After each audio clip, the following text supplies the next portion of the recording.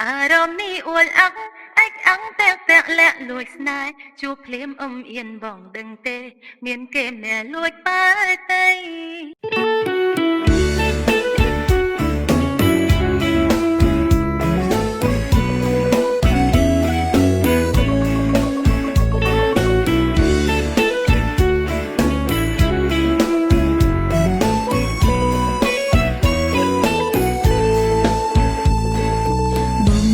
ស្រងលេងរៀមរាតើបងទៅណាមកណា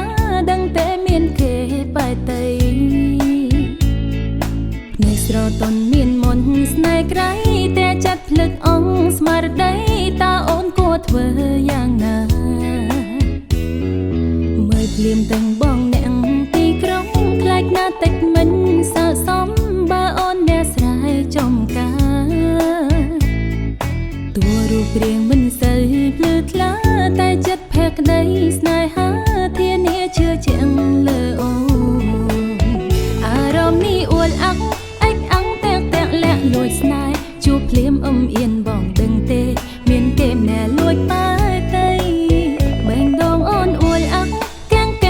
ផាំងលេងស្រដីតែកែវភ្នែកអាចបញ្ជាក់នៃអូនលងស្នេហ៍លើបងហើយអូនអ្នកស្រែ